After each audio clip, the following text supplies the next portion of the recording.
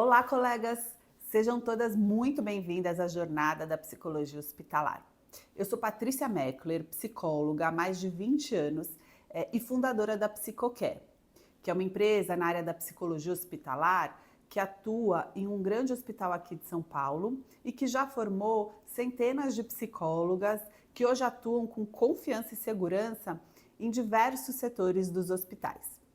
E nessa semana eu vou te mostrar o passo a passo para você dominar a psicologia hospitalar e atender com segurança os casos mais complexos, principalmente de cuidados paliativos. Então, nesse evento, o meu compromisso aqui com você é bem claro. Eu vou te mostrar o que ninguém te ensina na faculdade sobre o que é de fato atuar na psicologia hospitalar com segurança e confiança, sabendo exatamente o que fazer e como se comportar em qualquer situação. Nessa primeira aula, eu vou te mostrar os principais erros que todo iniciante na psicologia hospitalar comete e que, na maioria das vezes, acabam causando frustração ou sofrimento, tanto para o profissional e que pode repercutir de maneira negativa para os pacientes e familiares também.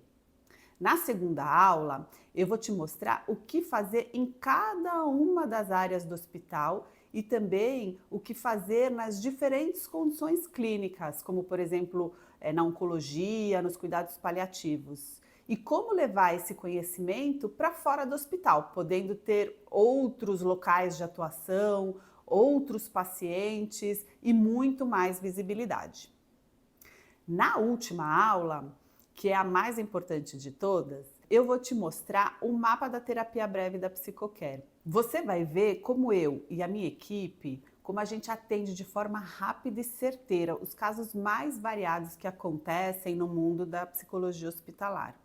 É uma abordagem que você vai poder utilizar em qualquer área do hospital, indo desde o pronto-socorro, maternidade, até as UTIs e com pacientes da oncologia e cuidados paliativos, por exemplo. Além disso, esse mapa vai te mostrar também como resolver os problemas e os conflitos que podem e com certeza vão acontecer no ambiente hospitalar. Lembrando que quando você domina a psicologia hospitalar, você passa a viver do seu propósito de ajudar as pessoas, só que com segurança, confiança, já que você não vai precisar ficar correndo atrás de pacientes e muitas vezes competindo por preços e também competindo com terapeutas que se formam em cursos de alguns dias e que prometem às vezes milagre. Você vai ter estabilidade. A estabilidade profissional que mais de 90% dos psicólogos acabam não tendo hoje em dia. E ter essa estabilidade não é só bom para o seu bolso, é bom também, principalmente para a sua saúde mental. E você sabe que isso efetivamente não tem preço. Além disso, a sua visibilidade, a sua rede de contatos aumenta muito, já que pacientes, familiares passam a te conhecer e podem te procurar para atendimentos no futuro. Sem contar as indicações dos outros profissionais de saúde, que também vão estar vendo o seu potencial. É claro que por questões éticas, a gente não pode ficar oferecendo o nosso atendimento para os pacientes, nem ficar dando nossos cartões. Mas isso não impede das pessoas te procurarem através do WhatsApp ou de redes sociais ou de outros profissionais indicarem os seus serviços. Mas se você acha que tudo isso está muito longe da sua realidade, ou até mesmo está bom demais para ser verdade, olha a transformação de algumas psicólogas que passaram pelo método Psicocare. Antes, a Daisy não tinha uma visão tão aprofundada sobre o que de fato é a psicologia hospitalar. A Daisy pensava que sabia o que era essa área. E só depois, com os estudos, a gente vai entender que a psicologia hospitalar é muito mais, né, do que aquilo que falam para a gente na faculdade. E hoje eu penso diferente, né, até por conta de pesquisar sobre isso. Então, o que eu observo é que é uma área que é grande, mas que poucos psicólogos têm interesse e não tem interesse justamente porque na faculdade não nos é dado, esse ensinamento. Eu fiquei confiante na minha atuação. Eu fiquei me sentindo muito mais preparada para lidar com as situações que vão surgir. E eu acho engraçado porque sempre que eu comento com as pessoas que a minha área de atuação é a psicologia hospitalar, eu escuto a mesma coisa. Todo mundo fala, nossa, mas tem que ter um dom, né? Eu não conseguiria lidar com gente que tá morrendo, com gente que tá em sofrimento. E eu não acho que é um dom, sabe? Eu acho que tem algumas características que o psicólogo hospitalar precisa ter, mas a gente vai aprendendo ao longo do caminho, ao longo da nossa jornada. Assim como a maioria delas e como muitas de vocês, eu também acreditava que trabalhar no hospital como psicóloga era só para quem vinha de faculdades famosas ou para quem tivesse contatos importantes ou que tivesse algum tipo de dom ou talento especial. E o que eu percebi era que nada disso importava. E o que me faltava era direção, orientação e conhecimento prático. E se você se lembra da faculdade, a gente sabe que ela vai te dar uma formação mais generalista, sem te ensinar tudo o que você precisa saber para estar pronta para trabalhar no hospital. E o aprofundamento vem justamente depois da graduação. Depois de dezenas de cursos, supervisões, congressos, estágios, eu aprendi que a psicologia hospitalar é para qualquer psicólogo. Mas por ser um mundo paralelo, os psicólogos acabam não tendo os comportamentos e as habilidades necessárias para ter sucesso nessa área. E foi para fechar essa lacuna que a Psicocare surgiu. Mas o método da Psicocare não surgiu do nada da minha cabeça. Além de todo o conhecimento que eu fui adquirindo, estudo, vivência, o método ele surgiu de uma base sólida das experiências de muitos psicólogos que estavam realmente no campo de batalha ali, no dia a dia. Surgiu de uma inteligência coletiva. Então, eu posso afirmar que, somando os anos de experiência de todos os profissionais, né, que estão comigo, o método Psicocare tem algumas centenas de anos aí de experiência. Durante vários anos atendendo em hospitais, eu tive a oportunidade, então, de conversar, escutar, analisar centenas de psicólogos e de atendimentos, né, para conseguir entender o que realmente diferenciava um psicólogo confiante, seguro, respeitado, de um psicólogo que era só mais um, que não tinha sucesso nenhum na área hospitalar. E com isso, eu consegui mapear e transformar em um método tudo que o psicólogo hospitalar precisa saber e fazer para ter sucesso nessa área. Então fica comigo nesse evento, porque você, tenho certeza, não vai se arrepender. E se você estiver se perguntando o porquê de eu estar aqui hoje, eu te falo que são por dois motivos. O primeiro é pelo propósito que todo psicólogo deveria ter, que é de ajudar pessoas que estão precisando. E não existe um lugar mais propício para as pessoas precisarem de ajuda do que o ambiente hospitalar. Não tem preço você conseguir ofertar o conforto para um paciente em cuidados paliativos, por exemplo, e também para pacientes que estão lá com algum sofrimento, com alguma questão, sem contar todo o suporte e ajuda que a gente dá para os familiares e auxílio, né, para a equipe.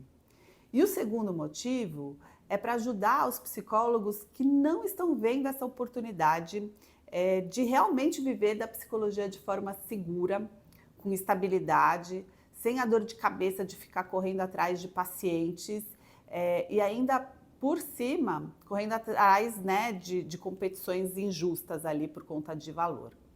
Para você ter uma ideia, a minha empresa só não cresceu mais, né, nesses últimos anos por um motivo muito simples. Eu não encontro no mercado psicólogos com a experiência e com o conhecimento que eu preciso.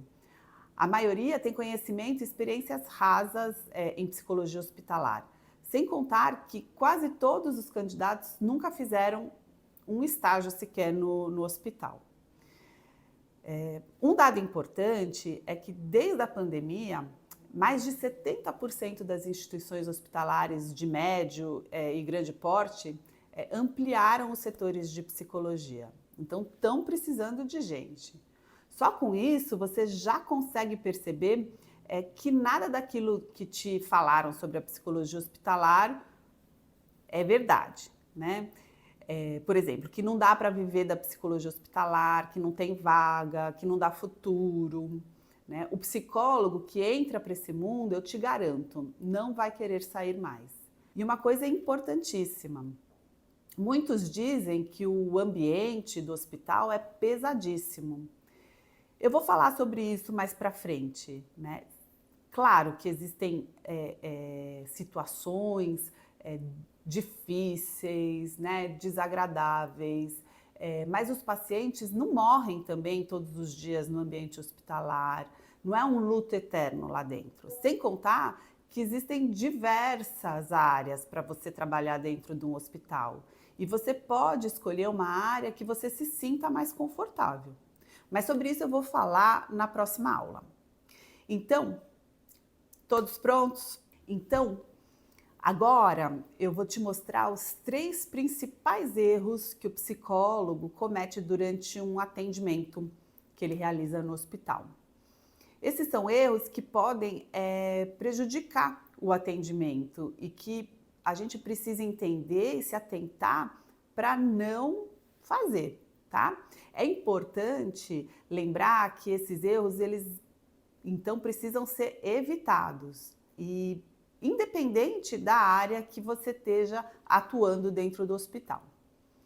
Na próxima aula, eu vou me aprofundar nas áreas em que você vai poder trabalhar e também vou falar o que você deve fazer em cada uma delas.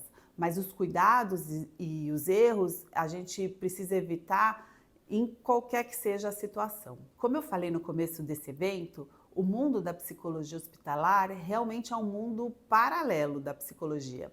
E por isso tem suas peculiaridades e detalhes que acabam separando um psicólogo comum que atende no hospital de um psicólogo que realmente se torna referência na psicologia hospitalar. Só de você não cometer esses 3 erros, você já vai estar na frente da grande maioria dos psicólogos.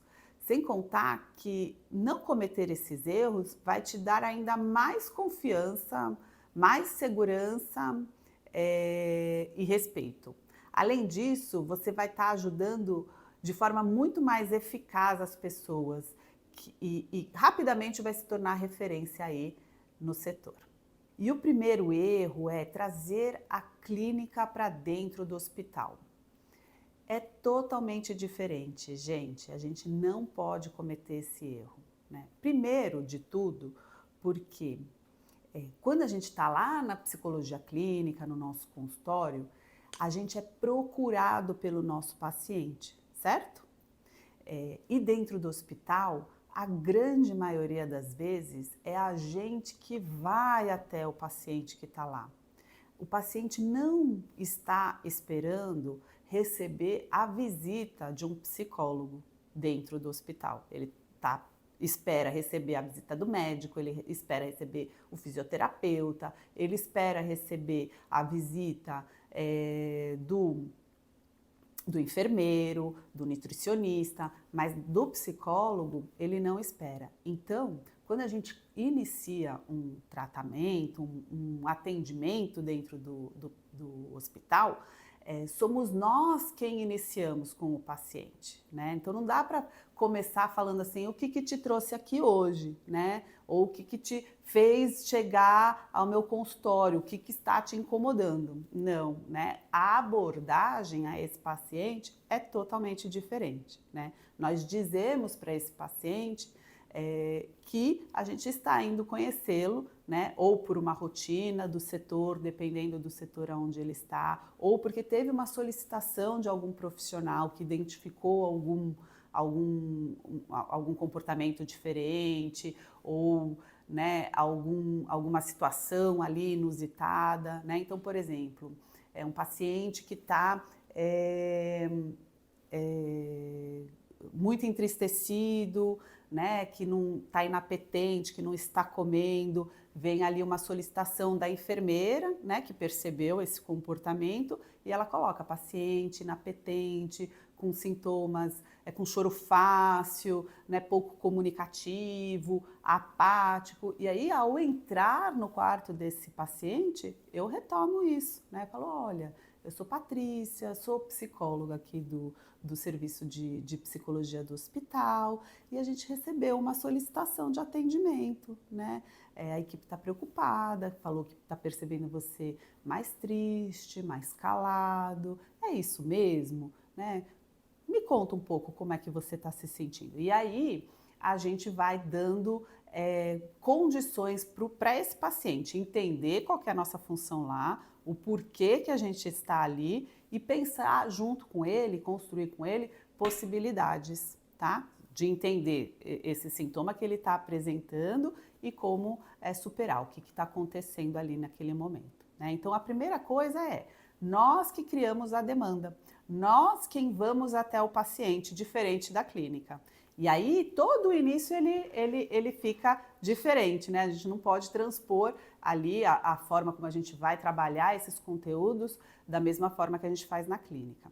O setting terapêutico, né, tão famoso na clínica, das poltronas, do silêncio, do ambiente controlado, né, não existe dentro do hospital. Então, a gente precisa ter uma postura um pouco diferente, porque o nosso atendimento ele pode sim ser interrompido, né, por uma medicação de horário que o paciente precisa tomar, ou de um exame que ele está já em jejum há bastante tempo esperando para fazer, né? Então, isso vai exigindo uma postura diferente nossa, né? A questão do sigilo, ela não não acontece da mesma forma como acontece dentro do consultório. Em ambas as situações, ele vai ser protegido. Só que no consultório não tem mais ninguém, né? Além de você e do seu paciente. Então, garantir esse sigilo é muito mais tranquilo, né? Vamos combinar. Mas, dentro do hospital, o setting terapêutico acaba sendo o próprio psicólogo, a forma como ele vai se posicionar, o tom de voz que ele vai ter, né? Como ele vai fazer para garantir ali um maior sigilo, uma maior condição do paciente se sentir à vontade para trazer as questões que estão suscitando determinado sofrimento. Dentro do hospital, o atendimento, ele também precisa ser pautado pela psicoterapia breve, né? Porque ele tem começo, meio e fim. Diferente da clínica, onde você às vezes pode deixar um pensamento, você pode fazer um corte para você trabalhar na próxima sessão. No hospital isso não acontece, porque você não sabe o que vai acontecer no dia seguinte, né? Então, a gente sempre fecha o atendimento. A gente nunca deixa pontas soltas, né, para que o paciente pense ou para que o paciente reflita, porque a gente não sabe se no dia seguinte ou no próximo atendimento que a gente estiver planejando para o paciente, ele efetivamente vai acontecer. E o segundo erro, que também é bastante comum e acaba atrapalhando bastante, é quando o psicólogo, a psicóloga, usa termos extremamente técnicos, né? O psicologizês, né? Que a gente brinca aí.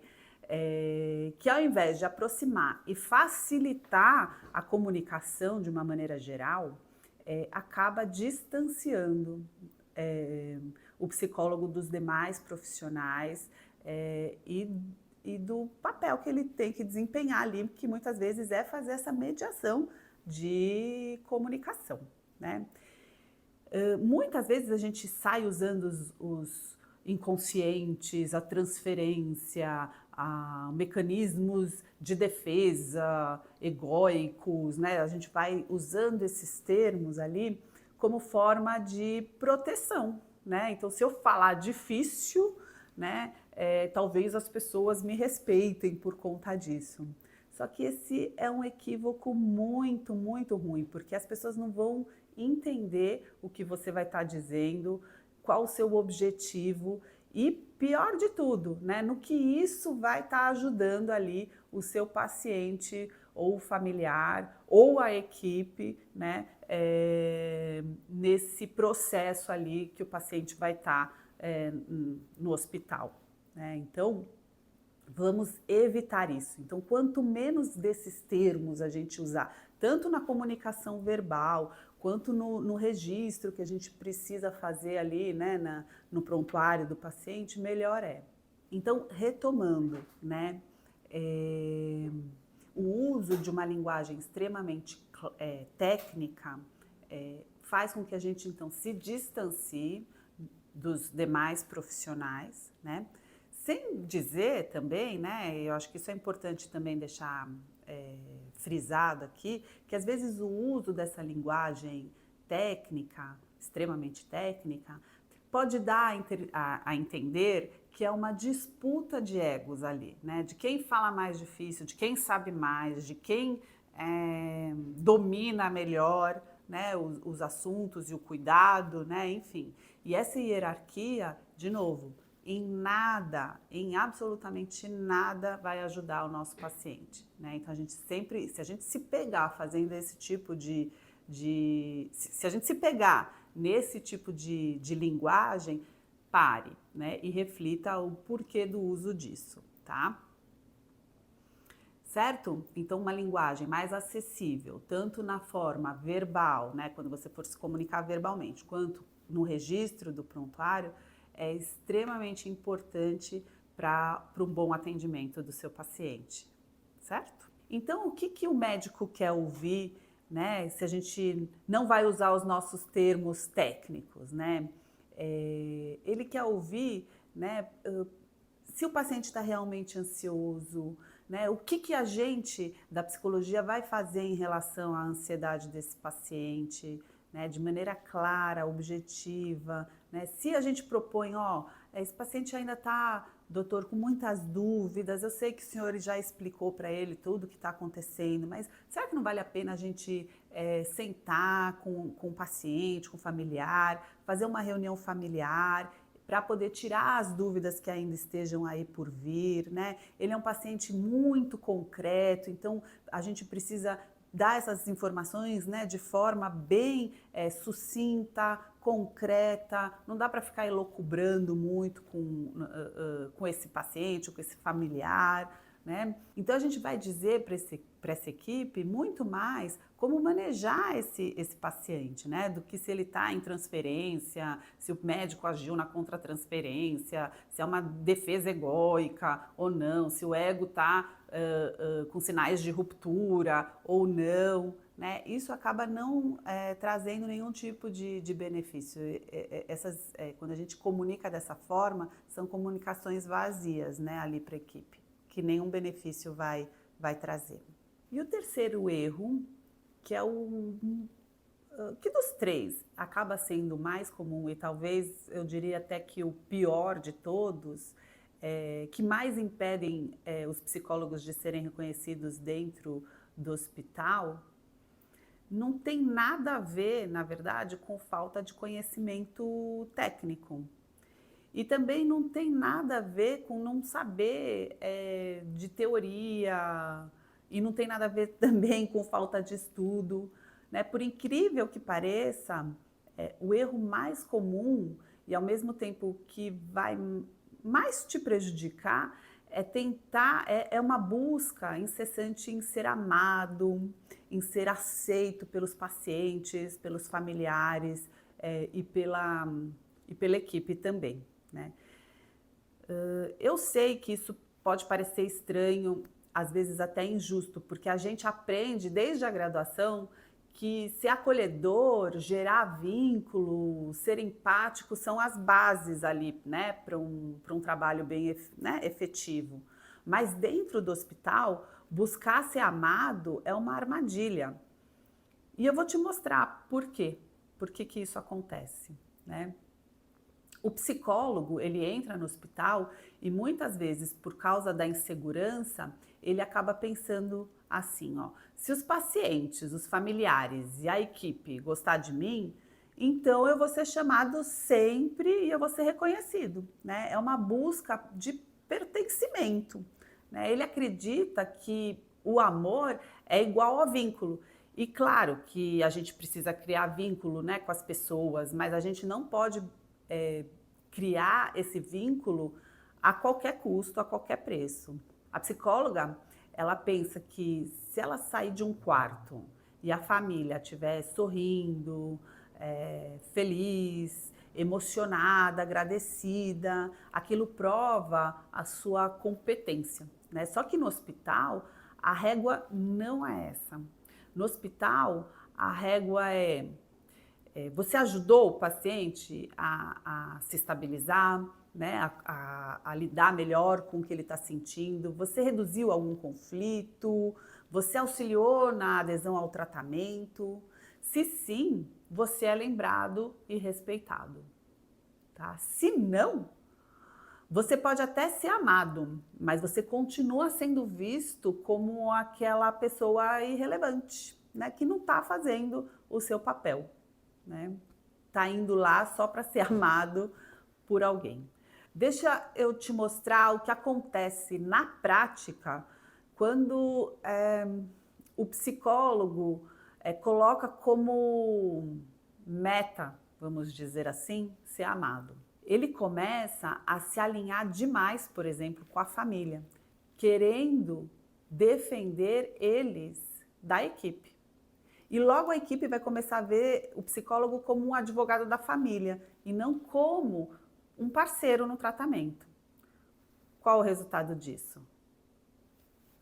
Perde a confiança da equipe com a qual ele trabalha, certo? Muitas vezes, para não desagradar, o psicólogo deixa escapar durante o atendimento frases como eu vou ver o que eu posso fazer. Só que aí a família pode entender como uma garantia. E quando não acontece essa garantia, o psicólogo acaba perdendo a autoridade e o respeito. Mais um ponto. Quem tenta agradar todo mundo o tempo todo, fica esgotado, né? Ainda mais no hospital, que é um lugar onde a gente tem sofrimento, a gente tem limites duros, a gente tem notícias ruins. Então, quem busca o amor constante acaba se destruindo, tentando tapar um buraco que nunca fecha. E aceitar isso vai fazer a sua evolução ser muito maior e muito mais rápida. Uma outra situação são nas evoluções no prontuário, que às vezes podem ficar cheias de emoção, ação, mas sem nada que a equipe possa usar clinicamente, sem nada de útil, vamos dizer assim. E os médicos acabam parando de ler e até pensam, será que o psicólogo virou poeta? Né? É um uso inadequado, né, do espaço que a gente tem ali para fazer nossas coisas, né? E com tudo isso, aos poucos, a gente deixa de ser visto como um especialista em saúde mental. E a gente passa a ser confundido como um animador emocional ou como um palhaço, né, que tem que deixar sempre todo mundo feliz e todo mundo bem. Mas você pode estar pensando agora, né? Então quer dizer que eu não devo ser acolhedor ou que eu não devo ser humano, que eu tenho que ser frio no ambiente hospitalar? Gente, não é nada disso, tá? E esse é justamente um mito que aprisiona muitos psicólogos, né? Vamos quebrar alguns deles aqui, ó. Um mito que acontece é que não dá para colocar limite, porque senão a gente perde a humanização, né? O fato é que sem limite, a hostilidade ela pode explodir, a gente não consegue fazer absolutamente nada. Então o limite protege. Um outro mito: se eu contrariar a família, nunca mais vão me chamar. E o que acontece de verdade é que quem sustenta limites claros é chamado justamente nos casos críticos, porque a equipe acaba percebendo que aquele profissional consegue segurar, né, o caos, mesmo que o paciente ou que os familiares não fiquem felizes né, com o psicólogo.